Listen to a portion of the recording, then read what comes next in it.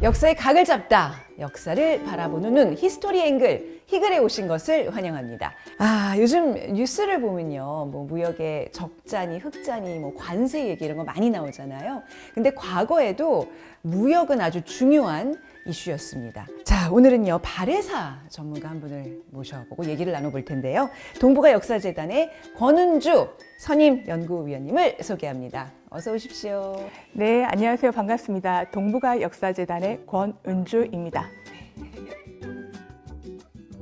발해의 무역 이야기를 해주실 텐데 뭐 무역품과 관련된 얘기인가 보죠? 발해가 지금의 한반도 북부와 중국의 동부 삼성 지역 그리고 러시아 연해주에 걸친 큰 나라였다는 건 알고 계실 거예요. 발해는 이런 넓은 땅을 5경 15구 62주라는 지방행정구역으로 나눠서 관리했는데요. 이 과정에서 지방 특산품을 파악하고 무역 상품으로 활용했습니다. 발해 특산품 하면 검은 담비. 우리 예전에 나선 정벌 할 때 얘기가 나왔었거든요. 그 모피 중에서도 이제 검은 담비가 굉장히 유명하다는 얘기를 했는데 거의 그게 뭐 황금 수준이었다 그러잖아요. 네. 발해를 중심으로 하는 교육 루트를 담비길이라고 부르기도 합니다. 하지만 이번 주인공은 아마 전혀 생각하지 못한 품목이라서 보시면 깜짝 놀라실 수 있습니다. 제가 전혀 생각 못할 거라고 확신을 하시나요? 도대체 뭐길래 이렇게 궁금증을 유발하시는지. 자, 그럼 오늘의 히스토리 띵으로 왠지 나올 것 같습니다. 소개해 주시죠. 바로 이것입니다. 아니, 이거 지금 다시마잖아요. 네. 그냥 다시마. 이게 뭔가요? 이 다시마는 당시에 한자로 곰포라고 했는데요. 의외로 발해에는 아주 귀한 교역품이었어요. 이제부터 소소하게 보이는 이 다시마가 발해와 일본의 외교 관계는 물론이고 그 이면에 발해의 정치, 경제와 어떻게 연결되어 있는지 이야기해 보려고 합니다.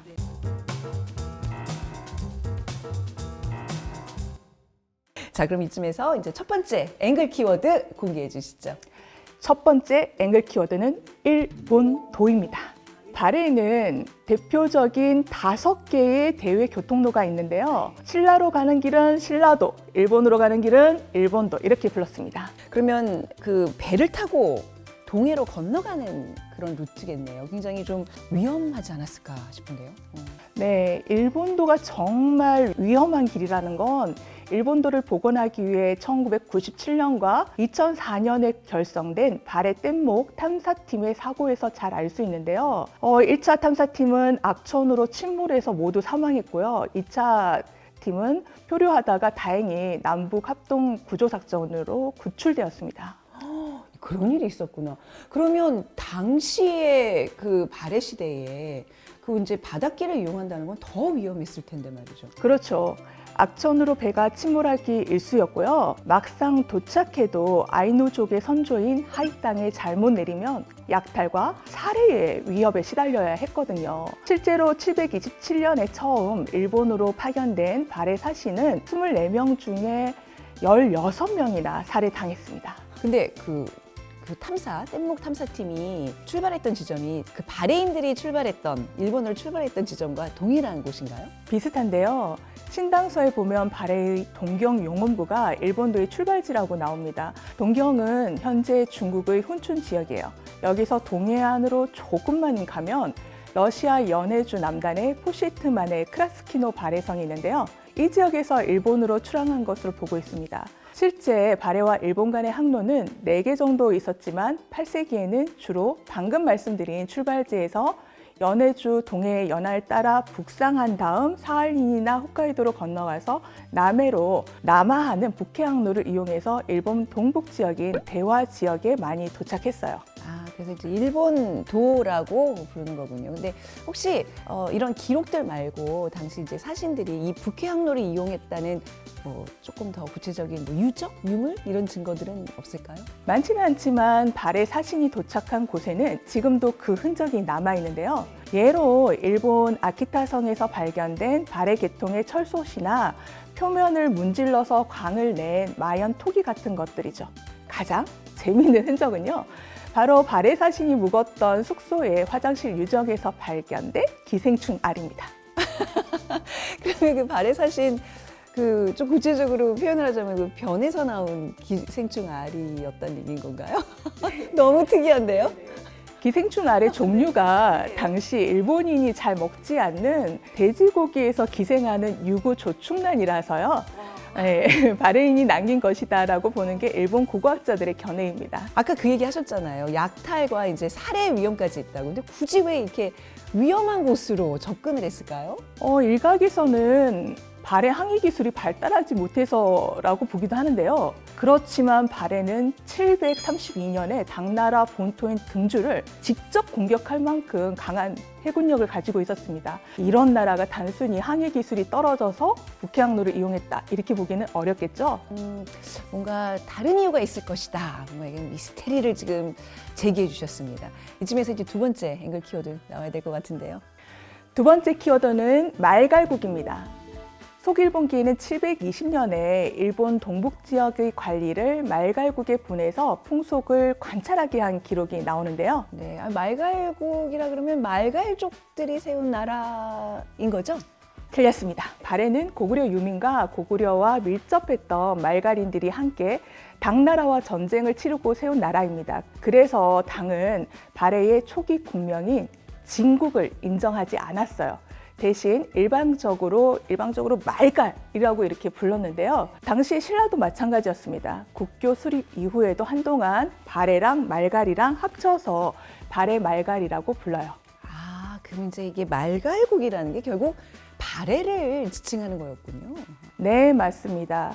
발해의 초기 상황을 고려해 보면 일본이 발해에 대해서 잘 몰랐을 때 주로 일본은 당이나 신라로부터 정보를 입수했기 때문에 발해를 말갈국으로 파악했을 가능성이 높습니다. 그런데 말갈국은 762년에 세워진 다성비에도 등장합니다. 이 비석은 일본 동북 지역의 중심인 생다이시에 있는데요. 이 다성비에 보면 말갈국과의 거리가 3천리라고 되어 있어요.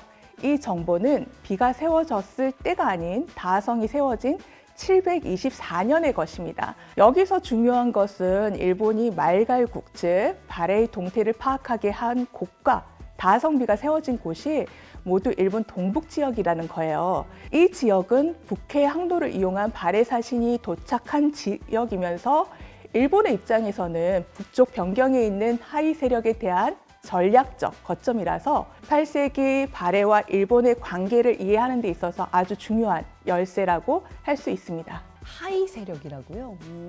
그러니까 이제 발해가 굳이 이렇게 북해 항로를 이용했다는 거는 그 하위 세력과의 어떤 뭔가 관계가 있었다는 얘기라고 추측할 수 있는 거죠? 예리하시군요. 맞습니다. 발해와 일본이 공식적인 국가 교육을 시작하기 전에 상황을 살펴보면요.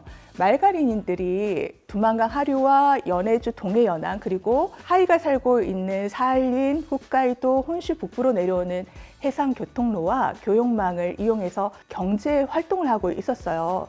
발해가 이들 말갈 세력을 복속시키면서 이 교역망의 통제권을 자연스럽게 장악해 나가게 됩니다. 근데 박사님, 아까 이렇게 짜잔 소개해 주셨더니 다시마는 언제 나오는 거예요? 무슨 관련이 있는 거예요, 지금? 제가 준비한 사진이 있습니다.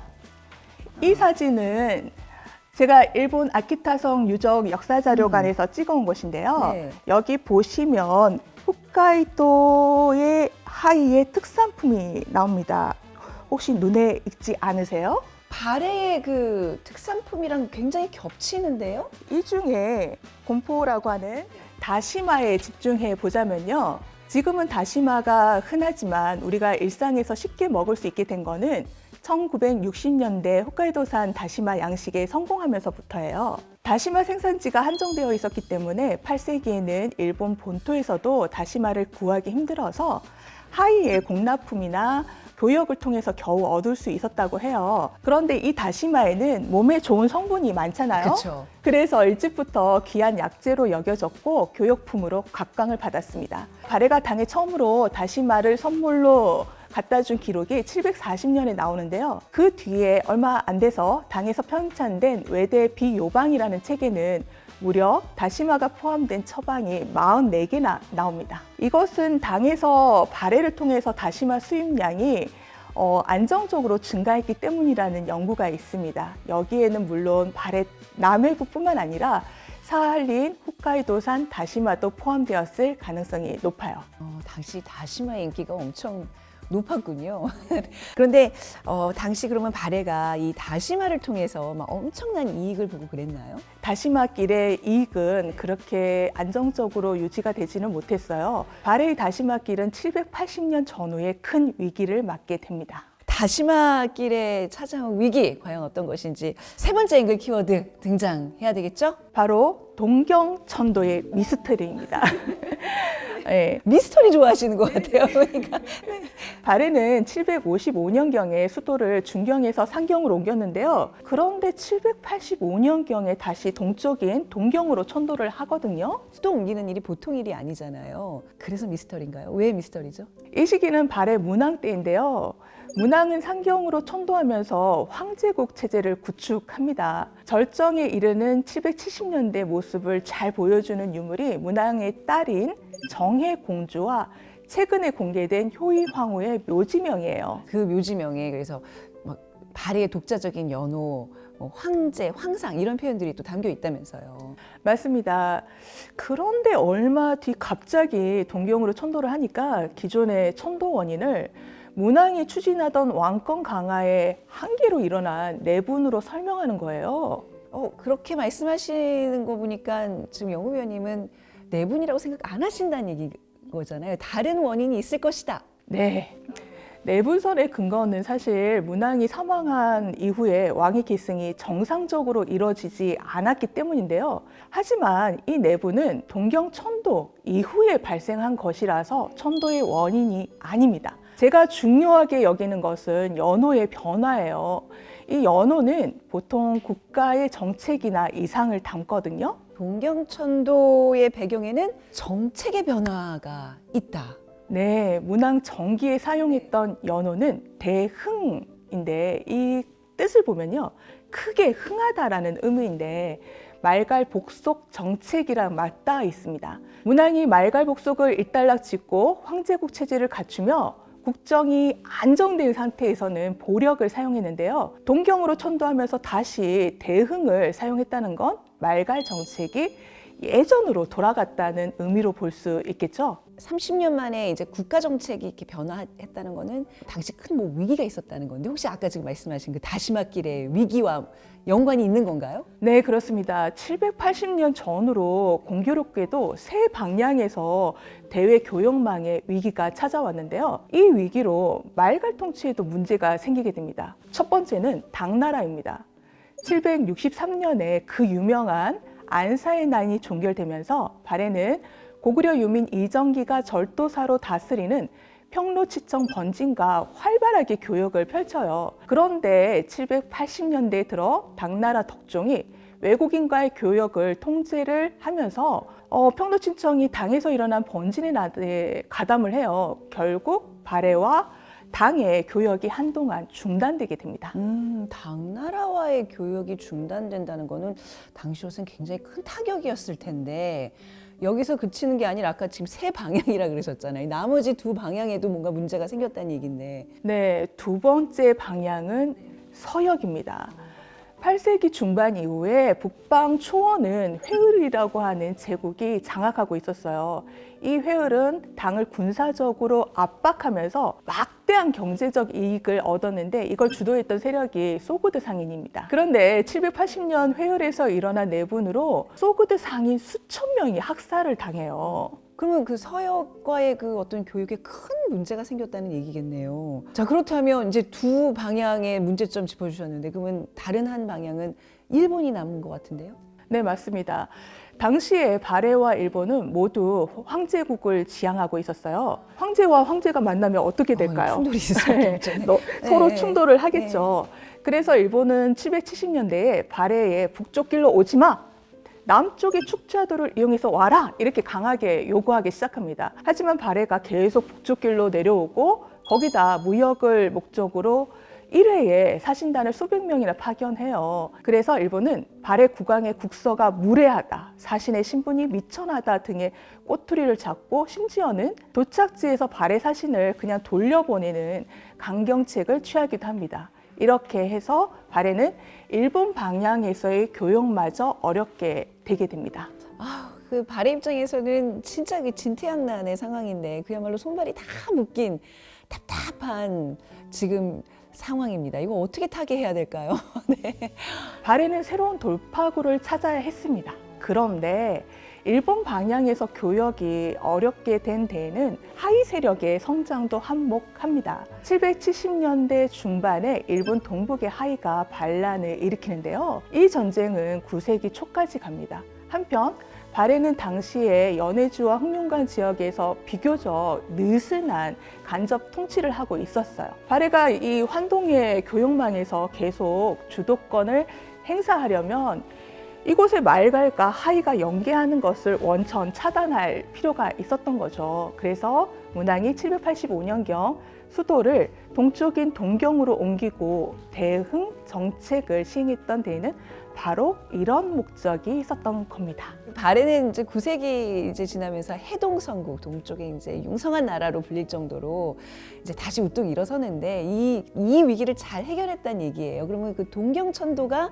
당시 그 신의 한 수였다 이렇게도 볼 수 있겠네요. 네, 그렇습니다. 이런 위기들이 잘 극복되고 난 다음에 9세기에는 발해 사신의 도착지가 8세기보다 남쪽인 호쿠리쿠와 산린 지역으로 변하거든요. 이제는 위험을 무릅쓰고 굳이 북해 항로를 이용하지 않아도 되어서인데 흥미로운 것은 동시에 8세기까지 홋카이도와 사할린의 고고 문화에서 많이 보이던 말갈 문화와의 연관성이 사라진다는 거예요. 이 현상은 문왕의 동경천도와 대응 정책이 성공하고 9세기 초 선왕의 영토 확장 정책이 마무리될 쯤에는 발해의 말갈 지배력이 크게 신장되고 환동의 교역망도 정상화된 결과로 보고 있습니다. 물론 발해의 다시마길도 재개되었고요. 이 소소한 이 다시마가 그야말로 대서사를 썼군요.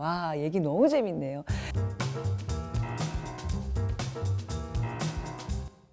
자, 오늘의 희글 포인트 말씀해 주시기 바랍니다. 네, 오늘의 희글 포인트는 하나가 둘이 되고 둘이 하나가 될 징입니다. 네, 이 말은 종교적 의미도 있지만 관계의 시작과 끝, 변화와 통합, 연결과 순환을 상징하기도 하잖아요. 8세기 발해가 북해항로를 통해서 일본과 교섭했던 역사를 제대로 이해하기 위해서는 발해와 일본뿐 아니라 그 사이에 있었던 말갈과 하이의 다층적인 관계와 상호작용에 대해서도 파악해야 합니다. 그래야 다시마 같은 환동의 특산물이 전혀 관계없어 보이는 발해의 말갈 지배와 동경천도라는 역사적인 사건과 어떻게 연결되는지 이해할 수 있거든요. 소소한 다시마를 통해서 하나에서 여러 방향으로 뻗어나가는 이야기가 존재하고 이런 이야기가 다시 모여서 하나의 이야기가 된다는 것을 이해하는 시간이 되었으면 합니다. 소소한 물건들도 이렇게 왜 역사의 어떤 큰 이야기와 만나면 그 정말 역사의 물줄기를 바꿀 수 있는 아주 핵심적인 요소가 된다는 거 오늘 좀 새롭게 알게 된 것 같습니다. 자, 히스토리 앵글 저희가 준비한 소식 여기까지입니다. 좋아요, 구독 그리고 댓글도 잊지 말아주시기 바랍니다. 저희는 다음 시간에 다시 인사드리겠습니다. 안녕히 계세요.